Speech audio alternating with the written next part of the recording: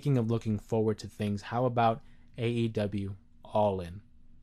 This year, again, emanating from London, Wembley Stadium, the main event being Bryan Danielson challenging Swerve Strickland for the AEW World Championship in what is being billed as the final countdown title versus career. If you weren't thinking about buying this pay per view, I implore you to do so for that main event. Think about it. Bryan Danielson in what quite possibly could be his final match in his historic career. But then you have other matches that come to mind. Toni Storm defending her title against Mariah May. Mercedes Moné versus Britt Baker.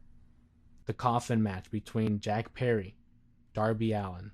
We have the tag team titles in a three-way. The trios tag titles in a ladder match. And that's just off of the top of our head. I think All In is definitely going to be one of the bigger pay-per-views that AEW will present this year.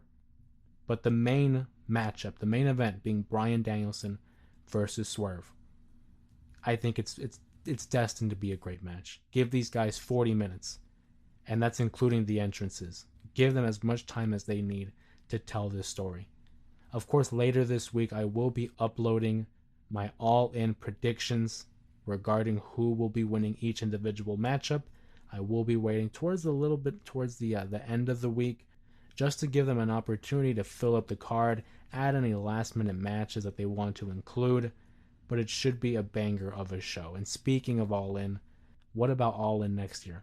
2025, not only is it moving up to July, which I think is a very smart choice by AEW, because having All In and All Out on back-to-back weekends in the beginning of September and the ending of August, one, financially I don't know if that's smart because you don't want to force fans to pick one over the other. I'll watch both, but you don't want to force everyone to do that. Space it out. Allow a little bit of build in between these shows. Give me incentive to follow All In, and then after the Fallout, we follow into All Out. So one, I think that's a great idea. They're expanding to Texas. It should be the biggest event AEW presents in North America, which is something to be celebrated. I, for one, am tired of hearing so many negative comments and negativity towards AEW. It's easy to pick on AEW because they're so new. But I think at this point in history, we need to learn that it is so important to have multiple successful promotions for pro wrestling in North America. When there are multiple sources of revenue, sources of entertainment, of business, it only does well for the fans who have more variety and more wrestling to watch, for the wrestlers to have more opportunities to be exposed on TV, to expose their talents and promote themselves. And it's great businesses for the arenas, for the states, specifically in North America, of course, who want to include these sources of entertainments for their fans, for the community. I think it's a great idea. I want AEW to succeed, just like I want WWE to succeed. Are there things that each company does that I might not be a fan of? Sure, absolutely, but nobody's perfect. We all have our little things we like to pick at. But ultimately, I want them all to succeed.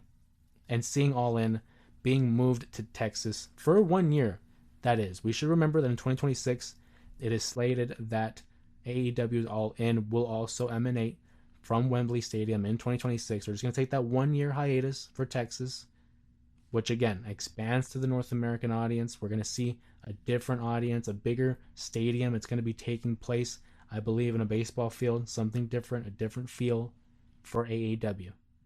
And I think that is something to look forward to. That's something definitely to commend them on.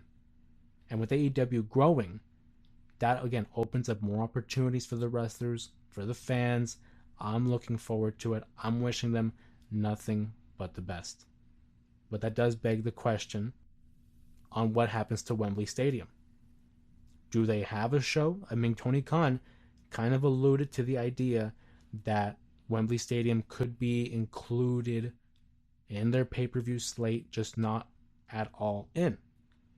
There was rumors and speculation going around that, hey, London has been an arena or a location that WWE wants to present WrestleMania. Can we see that on the horizon? Don't know. But at this point in time, pro wrestling is the hottest it has ever been in quite some time. Certainly in our lifetime. Go back to the 90s boom and think about that 30 years ago. Isn't that crazy to think about? And then prior to that, there's the 80s boom. Crazy to think about.